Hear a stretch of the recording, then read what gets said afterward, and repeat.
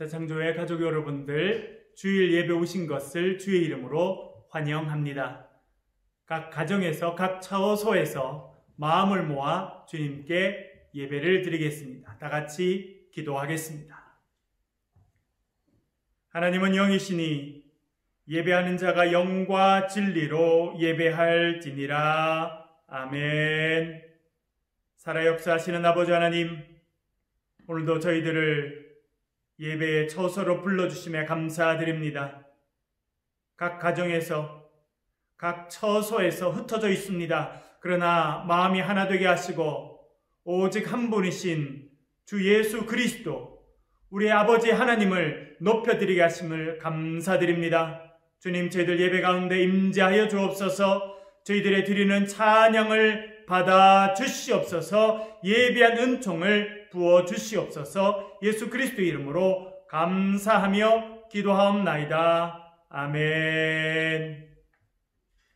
찬양을 올려드리겠습니다. 찬송가 407장 구주와 함께 나 죽었으니 찬양 올려드리겠습니다.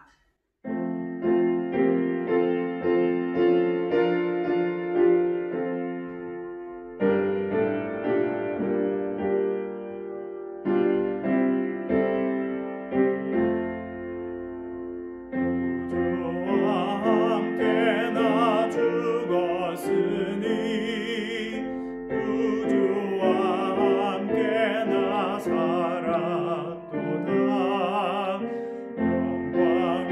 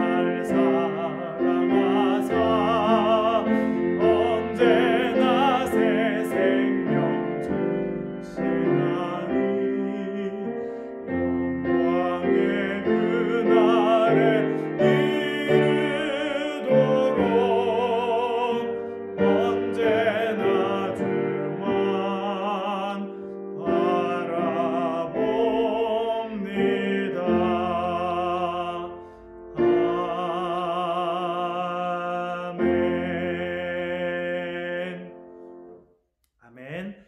그 다음 장 408장입니다. 나 어느 곳에 있든지 찬양 올려드리겠습니다.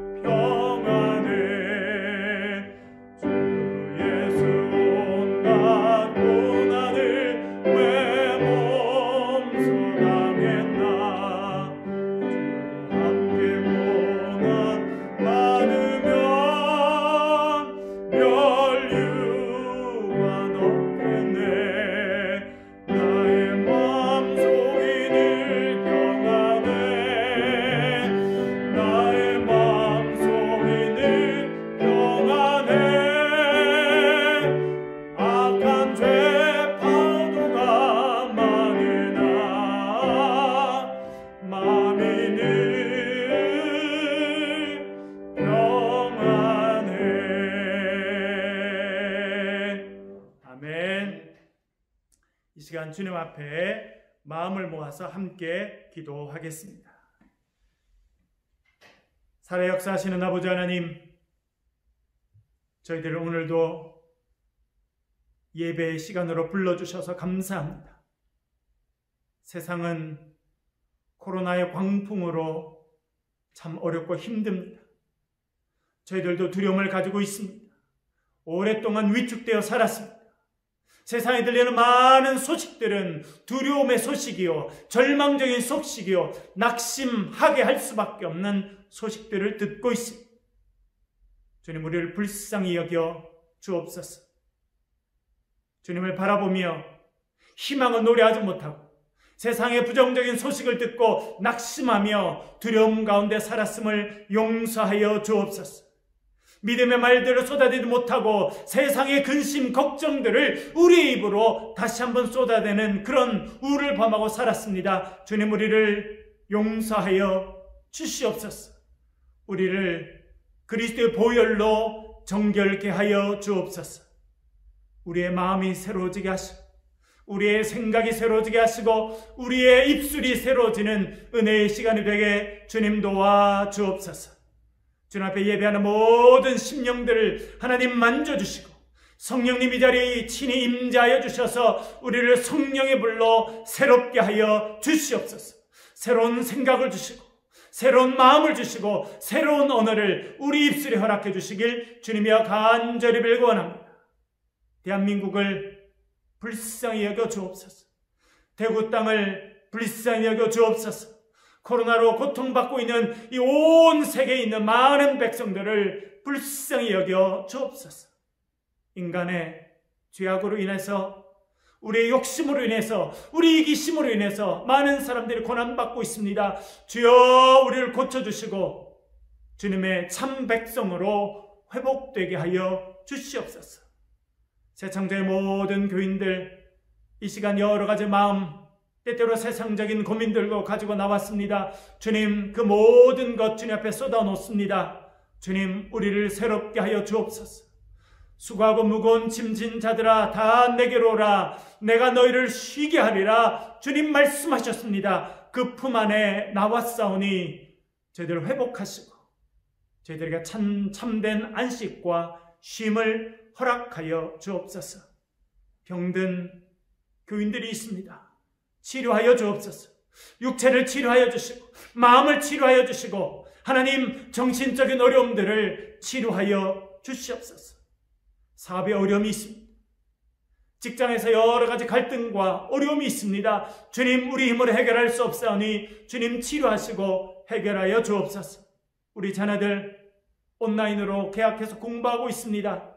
주여, 이 코로나 사태가 온전히 끝나서 우리 자녀들이 학교에 등교하며 입학하며 즐겁게 교실에서 공부할 수 있는 여건이 회복되게 하여 주시옵소서.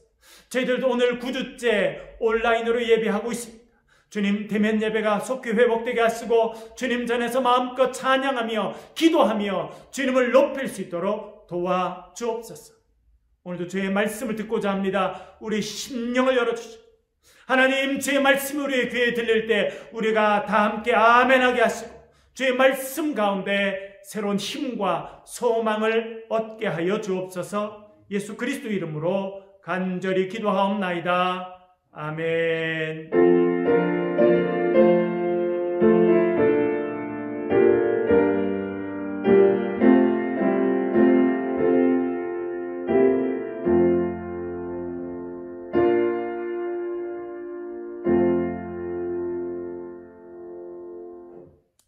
아멘. 오늘 하나님께서 우리에게 허락하시는 말씀이 있습니다.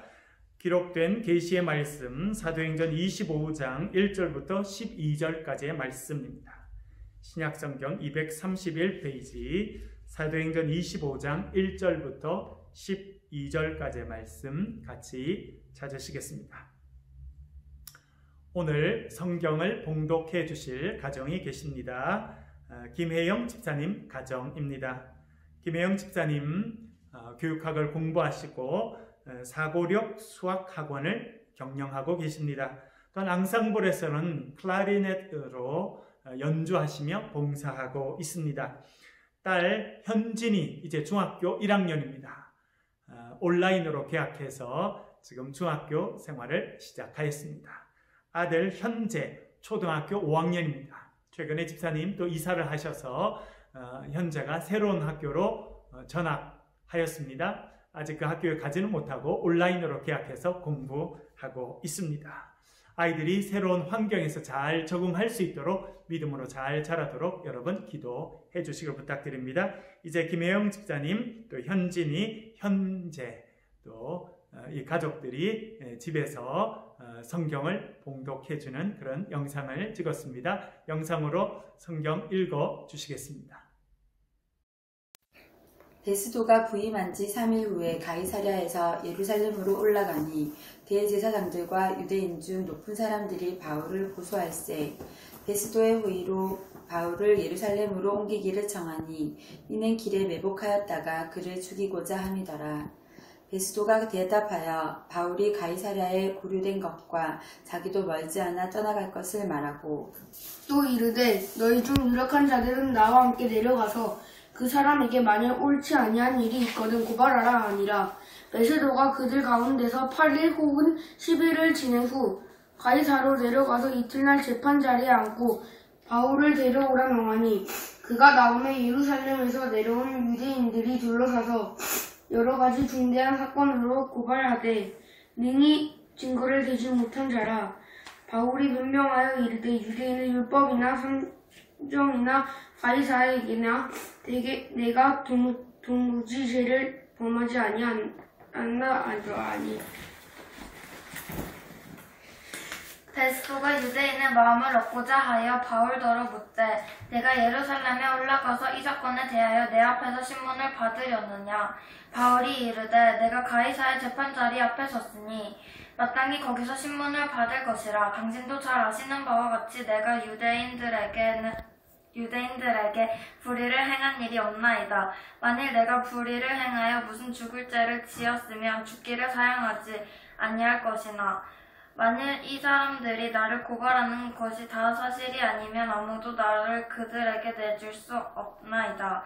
내가 가이사께 상소하노라. 한데 베스도가 배석자들과 상의하고 이르되 내가 가이사에게 상소하였으니 가이사에게 갈 것이라 하니라.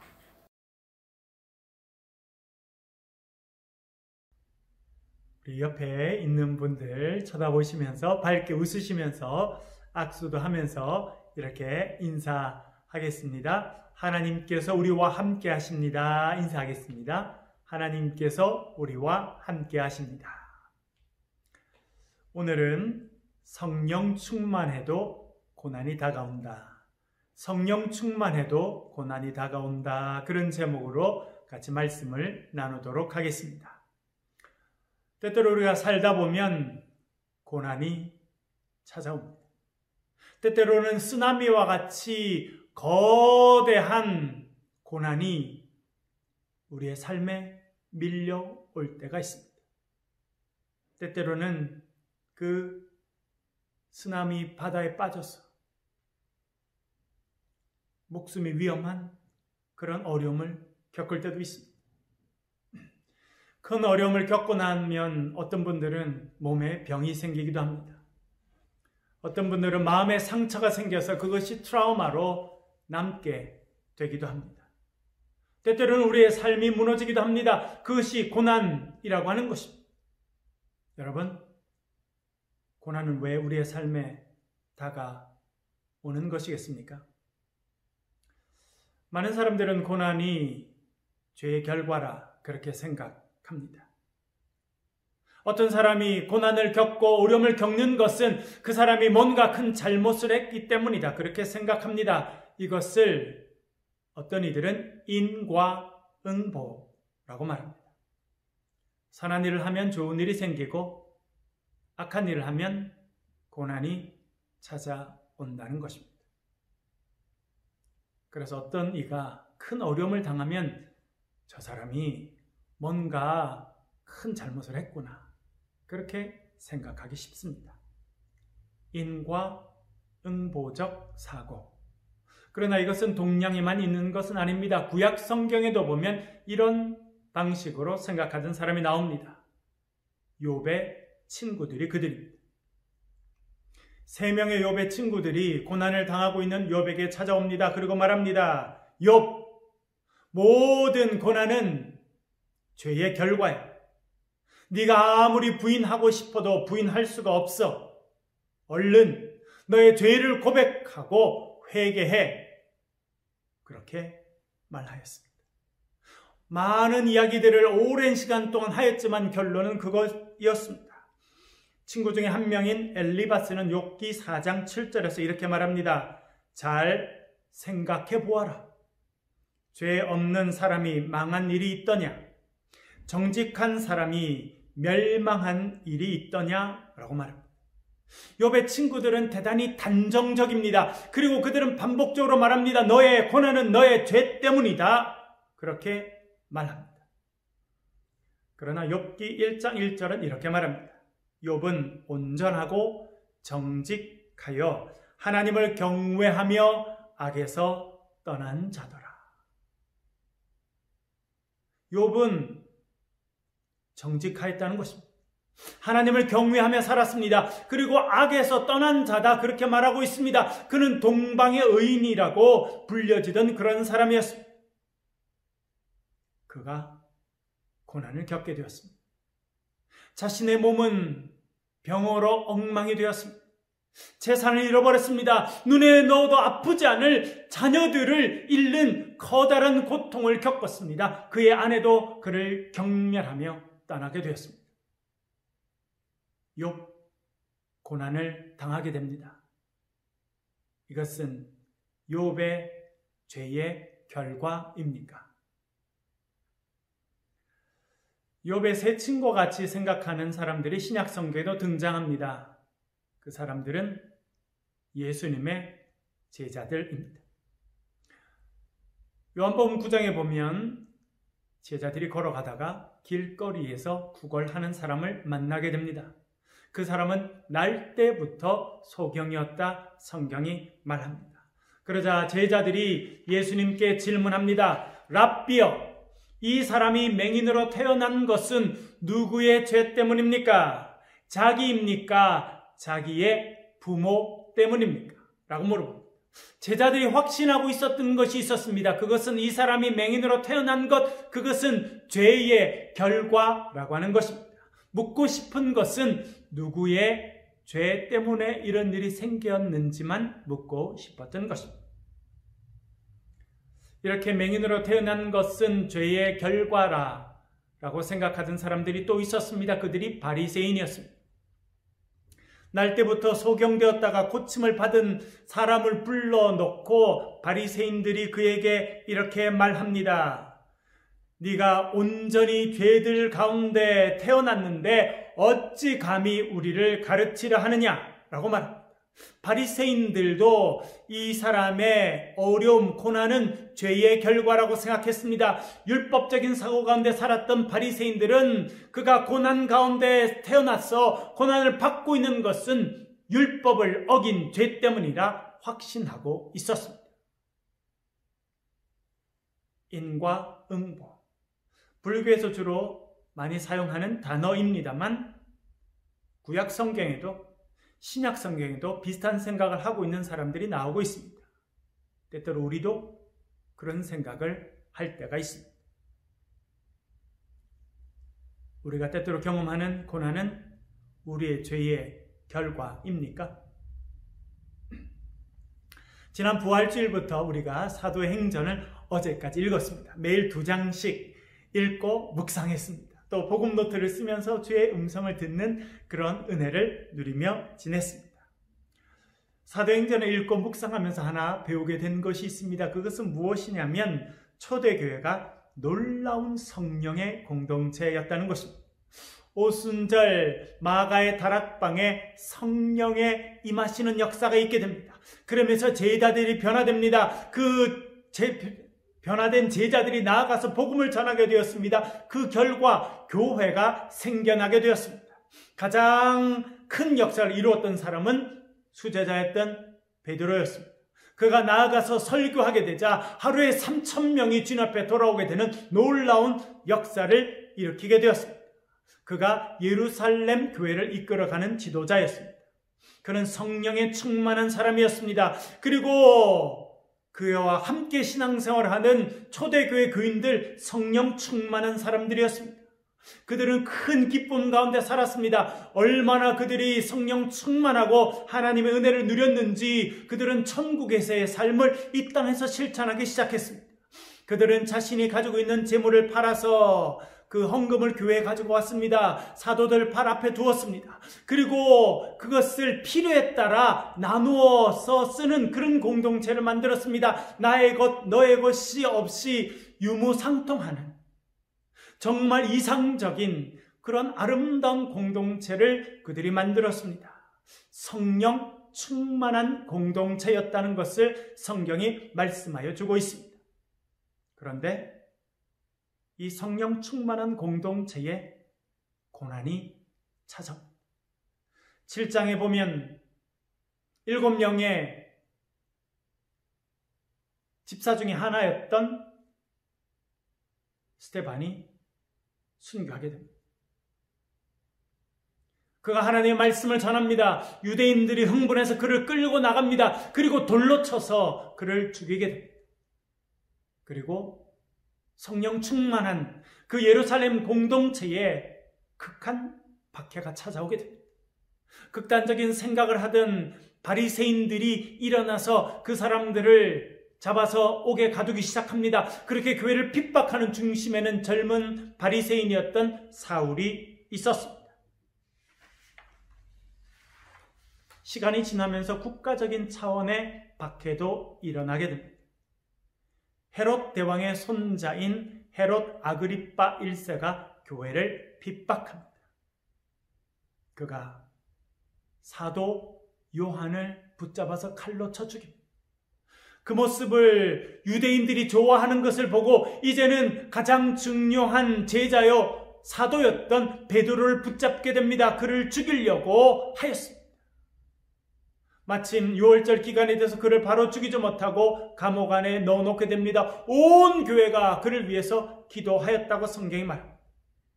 여러분, 성령 충만했던 초대교회 예루살렘 교회는 박해를 경험합니다. 고난을 겪게 됩니다. 여러분, 그것은 그들의 죄의 결과입니까? 성령 충만해서 십자가에 달린 예수님, 바로 그분이 우리가 기다리고 있었던 메시아라고 담대히 선포했던 베드로, 그는 감옥에 던져집니다. 고난을 당합니다. 그것이 그의 죄의 결과입니까? 사도행전을 읽으면서 우리가 배우게 되는 것이 있습니다. 그것은 성령 충만해도 고난이 다가온다는 것입니다. 성령으로 충만하고 힘있게 하나님의 일들을 감당하는 그런 기쁨을 누리며 산다 할지라도 고난이 우리의 삶에 다가오고 때때로 핍박이 우리의 삶에 다가온다는 것입니다. 오늘 본문은 사도 바울에 대해서 말하고 있습니다. 바울, 한때 그는 사울로 불리던 젊은 시대 때 스데반을 죽이는 일에 앞장섰습니다. 그러나 다메섹에서 부활하신 예수 그리스도를 만나고 그는 온전히 새로운 사람이 되었습니다. 하나님의 사람이 되었습니다. 복음의 사람이 되었습니다. 안디옥 교회 파송을 받아서 지중해 연안 전체를 다니면서 그는 복음을 전하는 놀라운 복음 전도자가 되었습니다. 빌립보에 가서 복음을 전합니다. 복음을 전하는 중에 귀신에 들려서 고생하고 있는 한 어린 여종을 만나게 됩니다. 그를 불쌍히 여겨서 그를 괴롭히고 있는 귀신을 쫓아줍니다. 그 결과 그 여종의 주인이 와서 그를 죽이려고 합니다. 사람들이 그를 붙잡았습니다. 그리고 그의 옷을 찢었습니다. 공개적으로 매질을 하고 만신창이가 된 몸을 감옥에 던졌습니다. 데살로니가에서 복음을 전합니다. 유대인들이 일어나서 흥분하였습니다. 그리고 그들이 동네 폭력배를 동원해서 바울을 죽이려고 하였습니다. 에베소에서 말씀을 전합니다. 그런데 에베소에 있던 그 아데미 여신의 모형을 만들어서 팔던 그 로마인들이 일어나서 이제 바울을 죽이려고 하였습니다. 어렵게 전도 여행을 잘 마치고 예루살렘으로 돌아옵니다. 그는 예루살렘에서 오랜 시간을 보냈습니다. 성인식을 한 이후로 바울은 13살 정도 때부터 예루살렘에 살았습니다. 예루살렘의 가장 유명한 선생이었던 가말리엘 밑에서 공부하였습니다. 그가 이제 성인식을 한 이후에 그가 성년이 되도록 공부하고 많은 시간을 보낸 곳이 예루살렘입니다. 그 예루살렘에 와서 그는 복음을 전하게 됩니다. 성전에서 예수 그리스도의 복음을 전합니다. 그러자 모여있던 사람들이 갑자기 흥분해서 자신들의 옷을 벗어 던집니다. 티끌을 공중으로 날리면서 이렇게 말합니다. 저런 자는 살려두어서는 안 된다. 이 세상에서 없애버리자라고 말합니다. 그리고 그를 죽이려고 합니다. 여러분, 성경을 읽어보면 심지어 바울을 죽이기 전에는 먹지도 않고 마시지도 않겠다고 맹세한 사람들이 40여 명이 되었다. 성경은 말씀해 주고 있습니다. 바울 성령에 충만한 사람이었습니다. 그러나 이런 바울에게도 끊임없이 고난이 찾아왔습니다. 오늘 본문을 보면 일반 유대인들만 바울을 미워했던 것은 아닙니다. 2절과 3절 이렇게 말씀합니다. 대제사장들과 유대인 중 높은 사람들이 바울을 고소할세 베스도의 호의로 바울을 예루살렘으로 옮기기를 청하니 이는 길에 매복하였다가 그를 죽이고자 함이더라. 아멘. 그 당시 권력자들이었던 대제사장들과 유대 지도자들도 바울을 죽이고자 했습니다. 지중해 해변가에 위치하고 있는 가이사랴라고 하는 감옥에 사도 바울이 갇혀 있었습니다. 총독에게 가서 그를 예루살렘으로 옮겨달라 그렇게 말합니다. 멀리 떨어져 있는 산 위에 있는 예루살렘 도시로 옮겨달라고 말합니다. 그 길 가운데 매복했다가 사도 바울을 죽이기 위해서 그런 부탁을 한 것입니다. 사도 바울은 성령에 충만한 사람이었습니다. 주의 말씀을 열정적으로 전했습니다. 그러나 온통 바울을 미워하고 그를 싫어하고 죽이려고 하는 그런 유대인들이 그의 주변에 많이 있었습니다. 유대인들은 몇 가지 이유로 해서 바울의 사역을 싫어했습니다. 첫째, 바울이 자신들의 생각과 너무나 달랐기 때문에 그를 싫어했습니다. 유대인들은 신명기 21장 23절에 있는 말씀을 주목하였습니다. 나무에 달린 자는 하나님께 저주를 받았다라고 하는 구절입니다. 그래서 나무 십자가에 달려 죽은 예수는 하나님께 저주받은 자라 생각하였습니다. 그러나 바울은 일어나서 그 나무 십자가에 달린 그 예수님이 하나님의 아들이십니다. 바로 그 예수님이 우리가 기다려왔던 메시아입니다 라고 선포하였습니다. 자신들의 갖고 있는 율법적인 생각과 너무나 다른 것을 바울이 선언하였기 때문에 그를 싫어하였습니다. 두 번째, 바울이 죽은 자의 부활을 선포하였기 때문입니다. 그 당시 대제사장들과 또 권력층을 형성하고 있었던 사두개인들은 부활을 믿지 않았습니다. 물론 사두개인들과 대립적인 관계에 있었던 바리새인들은 부활을 믿었습니다. 그러나 대제사장들과 사두개인들은 부활을 믿지 않았습니다. 부활이 있는 것을 가르치지 않았습니다. 그런 것이 없다고 백성들에게 그렇게 이야기하였는데 사도 바울은 다니면서 예수가 살아났다고 말합니다.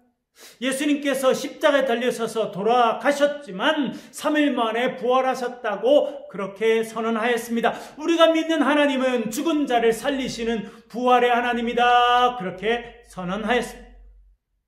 그런 바울의 가르침이 자신들의 권위를 무너뜨린다고 생각했던 대제사장들과 사두개인들, 바울을 싫어했습니다. 세 번째, 바울은 이방인들도 그리스도 안에서 하나님의 자녀가 되었다라고 선언하였기 때문에 그를 싫어했습니다. 유대인들, 선민의식을 가지고 있었습니다. 선민의식이라고 하는 것은 하나님께서 유대인들을 특별한 은혜로 선택하시고 유대인들을 하나님의 백성으로 삼으셨다라고 하는 선택받은 백성이라고 하는 사상입니다. 그들은 그것을 갖고 있었습니다. 자신들은 선택받은 백성이요, 유대인이 아닌 자들은 이방인이요, 하나님의 선택을 받지 못한 그런 사람들이라 생각하였습니다. 자신들은 선택받은 특별한 백성이라고 하는 선민의식을 갖고 있었습니다. 그러나 사도 바울은 다르게 선포했습니다. 이제는 예수 그리스도 안에서 새로운 구원의 길이 열렸다고 선포했습니다. 누구든지 예수 그리스도를 믿고 그분을 구세주로 고백하는 자는 하나님의 은혜로 하나님의 백성이 되었습니다. 하나님의 자녀가 되었습니다. 라고 하는 새로운 복음을 선포하게 됩니다. 이제는 이방인들도 하나님의 거룩한 백성이 되었습니다. 라고 선포하는 사도 바울의 복음을 좋아하지 않았습니다. 그래서 그를 핍박하였습니다. 네 번째, 바울을 따르는 사람들이 점점 많아졌기 때문입니다. 사도 바울이 나아가서 예수 그리스도의 복음을 전파합니다. 그러자 많은 유대인들이 회개하고 예수 그리스도를 메시아로 인정하고 예수를 믿는 사람이 되었습니다. 헬라의 많은 귀부인들과 권력자들도 바울을 따라갔습니다. 많은 사람들이 바울의 복음을 듣고 바울을 지도자로 인정하게 되었습니다. 바울의 영향력이 커지게 되었습니다. 그것을 싫어하였습니다. 그들은 이제 로마 총독의 힘을 빌어서 바울을 죽이려고 했습니다. 벨릭스라고 하는 사람이 총독으로 있다가 물러나게 되고 베스도 총독이 부임하게 됩니다. 베스도. 그는 총독으로 이제 유대 땅에 부임하게 되었습니다. 분위기를 잘 살펴보게 됩니다. 그 틈을 이용해서 대제사장들과 권력자들이 그를 찾아가서 민심을 전하게 됩니다. 우리는 바울을 싫어합니다. 바울이 죽었으면 좋겠습니다. 라고 하는 뜻을 여러 가지로 전달한 것 같습니다. 총독 베스도는 그것을 알아차렸습니다. 유대인들의 마음을 얻기 위해서는 바울을 희생시켜야겠다. 그는 그렇게 생각하였습니다. 하루는 그 베스도 총독이 바울을 불렀습니다. 그를 신문하게 됩니다. 그렇게 총독인 베스도 앞에 선 사도 바울, 그는 담대하게 이렇게 말합니다. 여러분, 우리가 마가복음을 살펴보았던 적이 있으시죠? 우리가 수요 기도회 때 살펴보았는데요. 마가복음 13장 11절에서 이렇게 말씀합니다. 사람들이 너희를 끌어다가 넘겨줄 때에 무슨 말을 할까 미리 염려하지 말고 무엇이든지 그때에 너희에게 주시는 그 말을 하라. 말하는 이는 너희가 아니요 성령이시니라. 아멘. 제가 수요 기도회 때 말씀드린 것처럼 마가 공동체도 어려움을 겪고 있었습니다. 초대교회 많은 그리스도인들이 큰 고난을 겪고 있었습니다. 그리고 권력자들이 그를 붙잡아서 재판정에 세우는 일들도 자주 있었습니다. 그래서 마가는 마가복음에서 이렇게 말합니다. 무슨 말을 할지 미리 염려하지 마십시오. 무슨 말이든 그때 여러분에게 주시는 그 말씀을 하십시오. 그 말씀을 주시는 이는 여러분이 아니요 성령이십니다. 그렇게 말하였던 것입니다. 바울 베스도 총독 앞에서 신문을 받고 있었습니다. 그때 성령께서 그에게 지를 주십니다. 그가 입을 열어서 담대히 이렇게 말합니다. 내가 불의한 일을 죽을 죄를 지었다면 죽기를 사양하지 않을 것입니다. 그러나 유대인들이 나를 고발하는 그 일을 나는 행하지 않았습니다. 내가 하지 않은 일로 나를 고발하는 사람들에게 나를 넘겨줄 수 없습니다. 나는 이제 로마의 황제인 가이사에게 상소합니다. 저는 가이사 앞에서 재판을 받겠습니다. 그렇게 요구합니다. 여러분, 참 놀라운 내용입니다. 성령께서 사도 바울, 그 신문 받고 있는 사도 바울에게 지혜를 허락해 주신 것입니다. 사도 바울은 시민권자였습니다. 로마 시민권자였습니다. 태어나면서 로마 시민권을 갖고 태어났습니다. 그가 이제 자신이 가지고 있는 로마의 시민으로서의 권리를 총독에게 요구하고 있는 것입니다. 나는 가이사에게 상소합니다. 저는 이제 로마에 있는 황제 앞에서 나의 억울함을 이야기하겠습니다라고 요구하게 됩니다.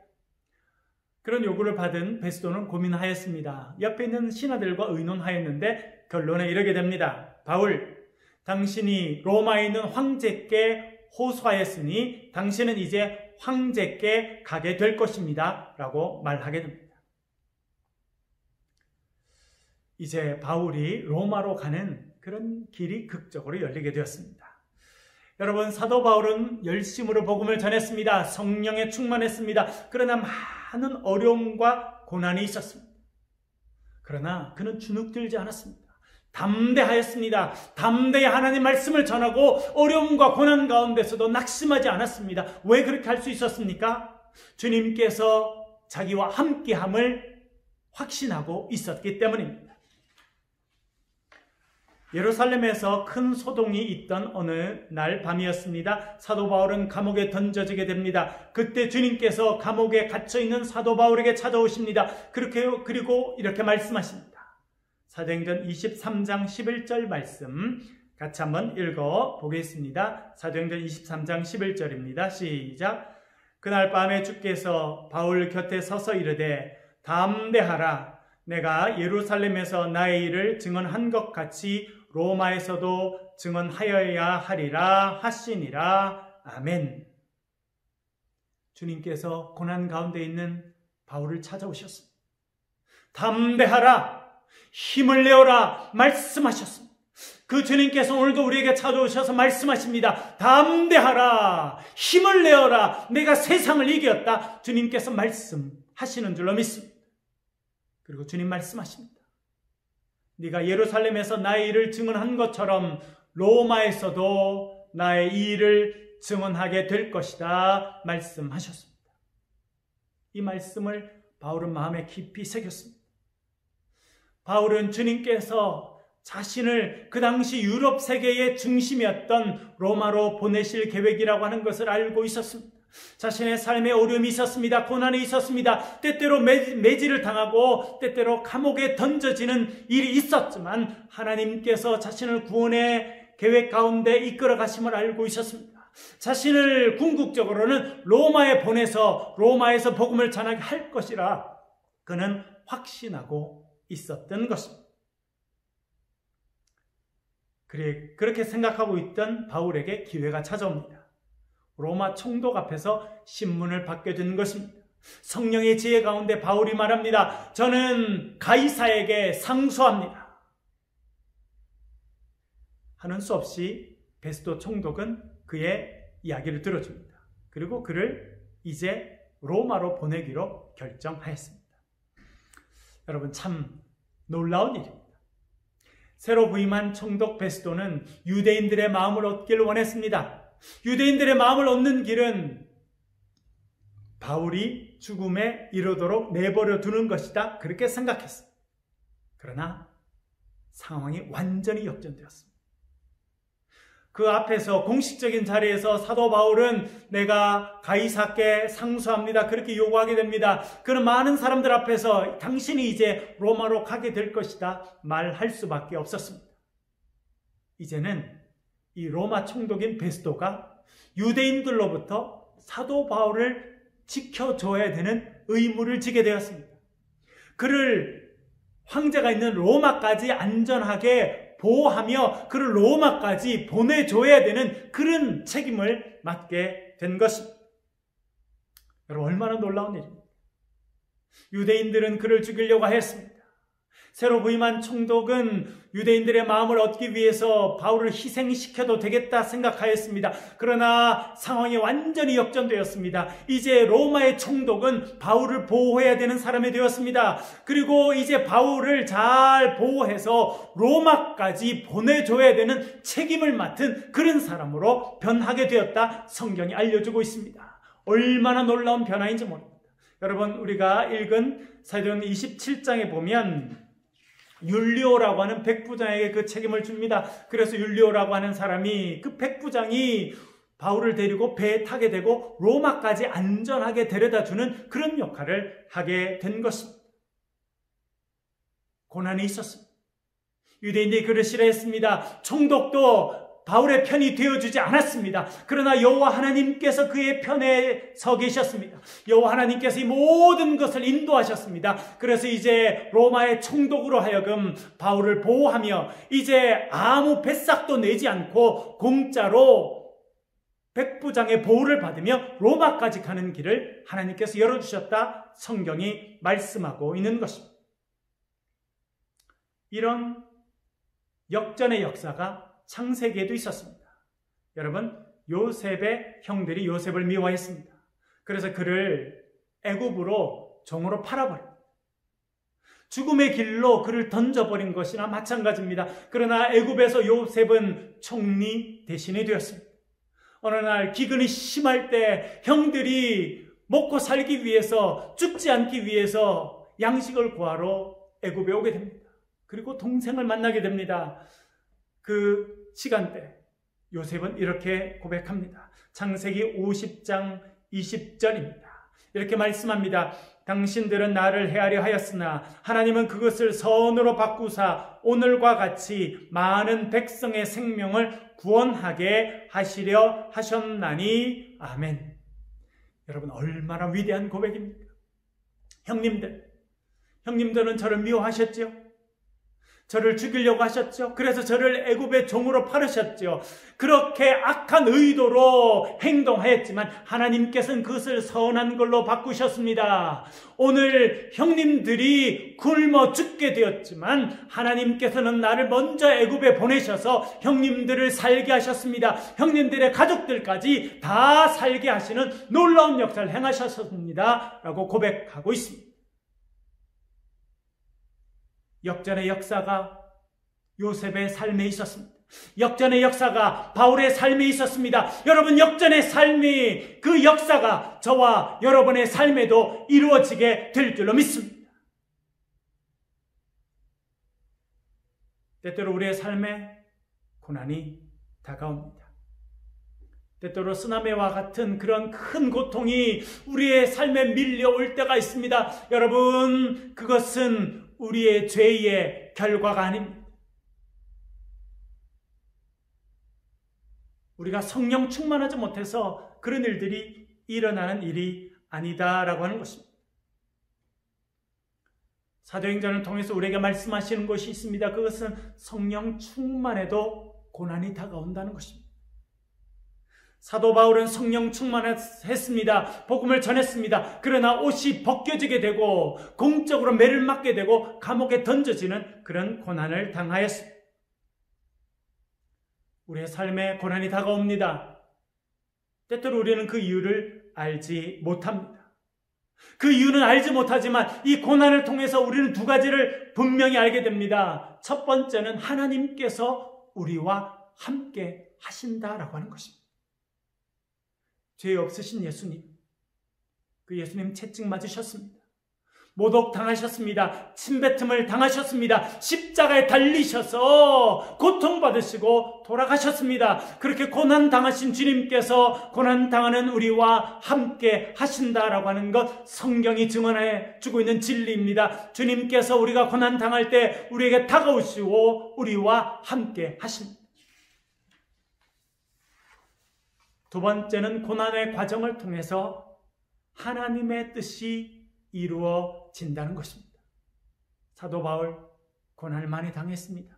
유대인들이 그를 죽이려고 하였습니다. 새로 부임한 총독도 그를 죽음에 던져 넣는 것을 두려워하지 않았습니다.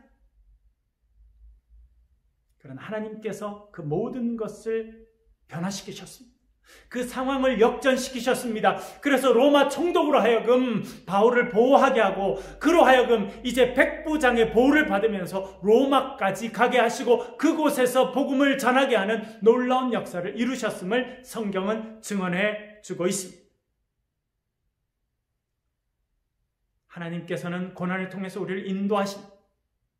고난을 통해서 우리를 하나님께로 인도하십니다. 하나님의 위대한 사역으로 우리를 이끌어 가신다. 성경이 말씀하고 있는 것입니다. 이것이 우리의 삶에 고난이 있는 이유입니다. 여러분, 때때로 우리가 어려움을 당하고 고난 당할 때 알지 못하는 사람들이 우리를 향해 손가락질할 때가 있습니다. 우리가 알지 못하는 큰 죄를 지었구만, 그렇게 함부로 말할 때가 있습니다. 여러분, 그 말을 귀 기울일 필요가 없습니다. 때때로 여러분 고난 가운데 여러분 스스로를 자책하고 여러분 너무 힘들어할 필요도 없습니다. 우리는 고난이 왜 찾아오는지 때때로 그 일을 알지 못합니다. 그 이유를 알지 못합니다. 그러나 고난 가운데 분명한 것이 있습니다. 고난 가운데 하나님께서 우리를 찾아오신다는 것입니다. 고난을 통해서 하나님의 구원의 사역으로 우리를 이끌어 가신다라고 하는 것, 그것이 성경이 우리에게 증언하고 있는 것입니다. 여러분, 우리는 고난의 이유를 다 알지 못합니다. 그러나 한 가지 분명한 것이 있습니다. 이 고난을 통해서 하나님께서 우리를 이끌어 가신다는 것입니다. 이 고난을 통해서 하나님께서 우리를 훈련하시고 하나님의 위대한 복음의 일꾼으로 우리를 훈련하시고 우리를 이끌어주시고 하나님의 구원의 사역에 우리를 놀랍게 사용하신다라고 하는 것을 성경이 증언하고 있습니다. 여러분, 이것을 믿으며 살아가실 수 있기를 주의 이름으로 간절히 축원합니다. 찬송가 373장 2절 가사 늘 마음에 와닿습니다. 이렇게 되어 있습니다. 큰 물결 일어나 나 쉬지 못하나 이 풍랑으로 인하여 더 빨리 갑니다. 큰 물결이 일어나서 내가 쉬지 못하고 내 삶에 고난이 다가와서 내가 힘들고 어렵지만 그 이유를 다 알 수 없지만 이 풍랑으로 인해서 주님 나를 더 빨리 가도록 인도하시니 감사합니다. 그렇게 고백하고 있습니다. 여러분, 이 고백이 저와 여러분의 고백이 될 수 있기를 간절히 바랍니다. 성령 충만해도 고난이 다가옵니다. 그러나 그 고난으로 인해서 우리는 주님 앞으로 나아가게 되고 그 고난으로 인해서 우리는 훈련받게 되고 그 고난으로 인해 우리는 하나님 앞에 쓰임받는 인생이 되어가는 줄로 믿습니다. 이 믿음을 가지고 당당히 이 땅을 살아가시는 저와 여러분 되실 수 있기를 주의 이름으로 간절히 축원합니다. 기도하겠습니다. 아버지 하나님, 때때로 고난의 쓰나미가 우리의 삶을 뒤덮을 때가 있습니다.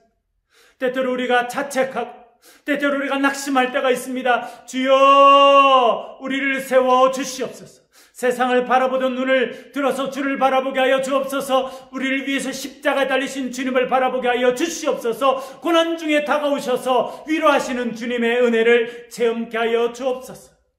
고난의 이유를 다 알 수 없습니다. 그러나 이 고난으로 인해서 우리를 더 빨리 가게 하시는 주님을 경험케 하여 주옵소서.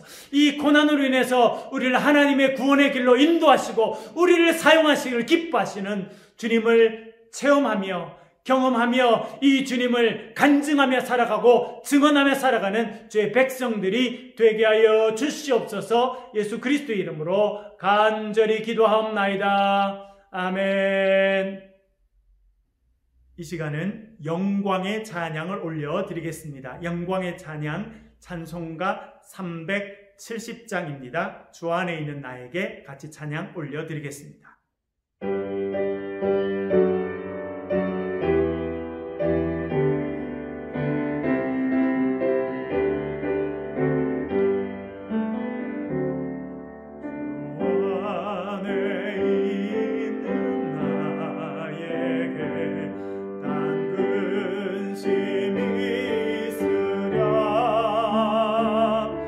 십자가 밑에 나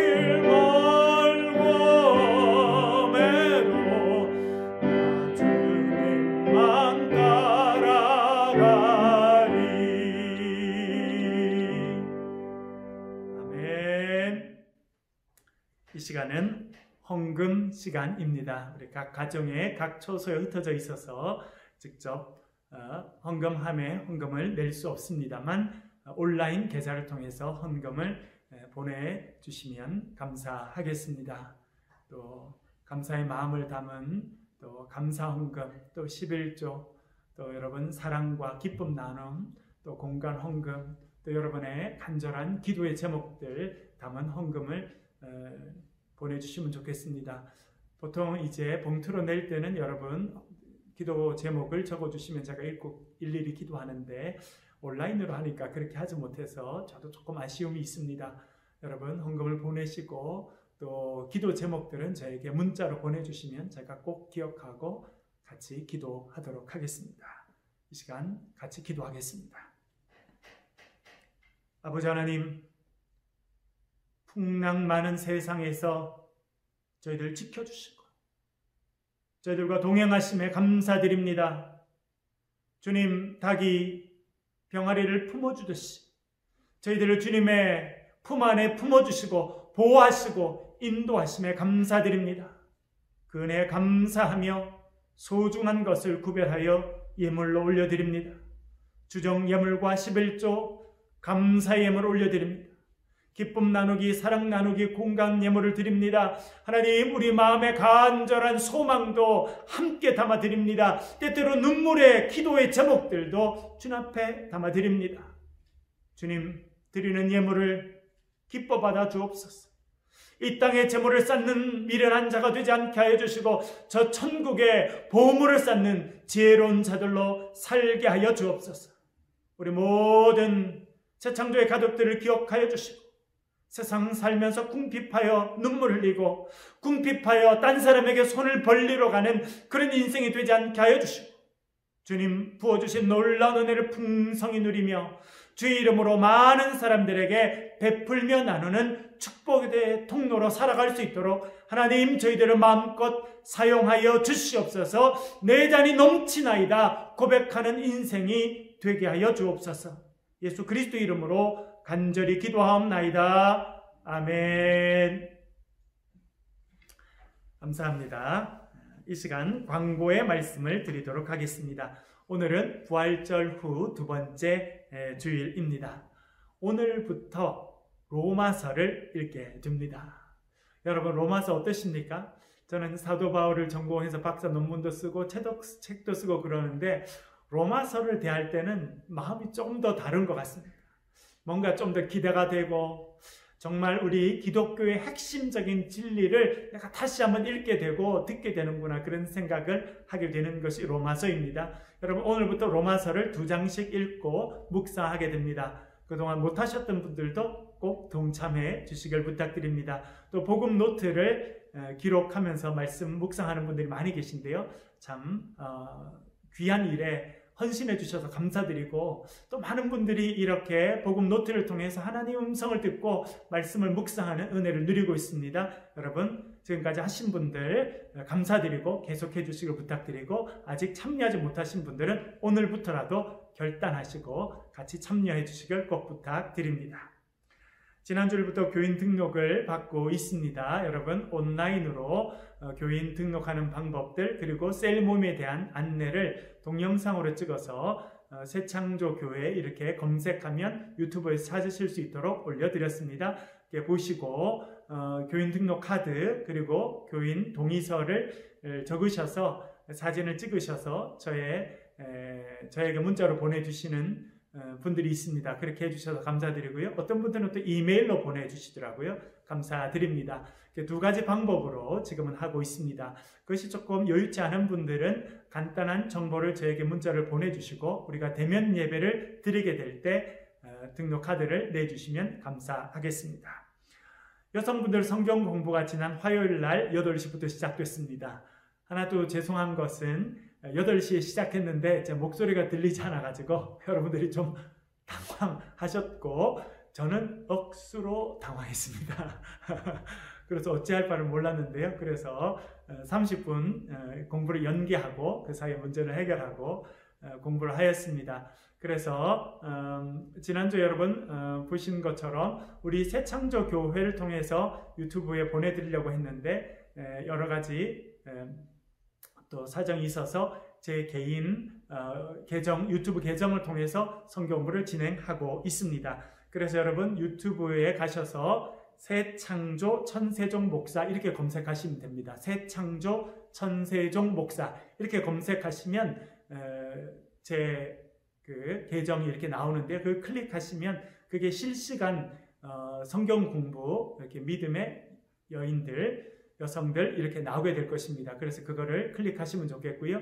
우리 교인 온라인 카톡방에 있으신 분들은 연결하는 링크를 카톡에 바로 올려드리니까 그것을 클릭하시면 바로 접속하실 수 있겠습니다. 또 거기 온라인 방에 안 계신 분들은 유튜브에서 새창조 천세종 목사 이렇게 검색하시고 실시간 성경 공부에 참여하시면 되겠습니다. 코로나 사태 종식을 위해서 기도하고 있습니다. 이제 사태가 거의 진정돼 가고 마무리돼 가는 중에 있습니다. 그러나 여전히 사회적 거리두기를 하고 있습니다. 우리는 또 정부에서 제시하는 방향을 따라서 아직 대면 예배 드리지 않고 오늘까지 우리 온라인으로 진행하고 있습니다. 정부에서 발표하는 것들 또 지혜를 모아서 저희들이 대면 예배 드리는 시기를 결정해서 알려드리도록 하겠습니다. 또 이 일을 위해서 기도해 주시길 바랍니다. 코로나의 종식을 위해서, 우리 자녀들의 개학을 위해서, 우리 대면 예배를 위해서, 또 우리 환자들과 또 봉사하시는 분들, 의료진들 위해서 기도해 주시길 부탁드립니다.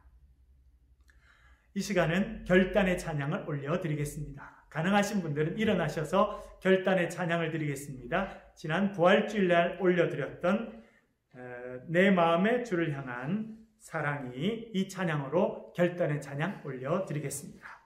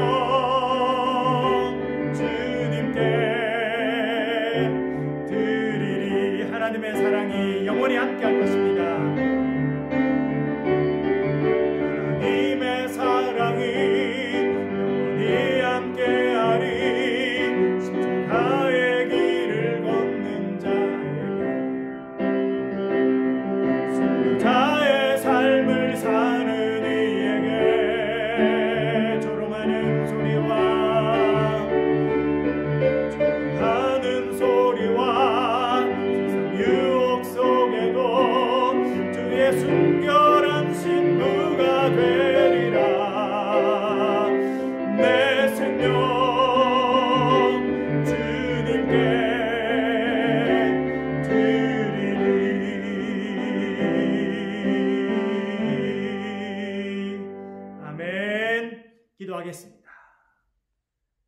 이제는 우리 주 예수 그리스도의 은혜와 하나님의 극진하신 사랑하심과 성령님의 교통하심, 우리의 삶에 다가오는 고난을 경험하며 때때로 고민하며 때때로 아파하지만 우리 고난을 통해서 하나님의 뜻을 이루어 가시는 우리 주님을 바라보며 믿음의 여정을 당당히 걸어가기로 결단하는 새창조의 모든 식구들 가운데 저들의 가정과 자녀들 땀 흘려 일하는 일터 위에 사랑하는 조국 대한민국 가운데 이제부터 영원토록 함께 하시기를 간절히 축원하옵나이다. 아멘.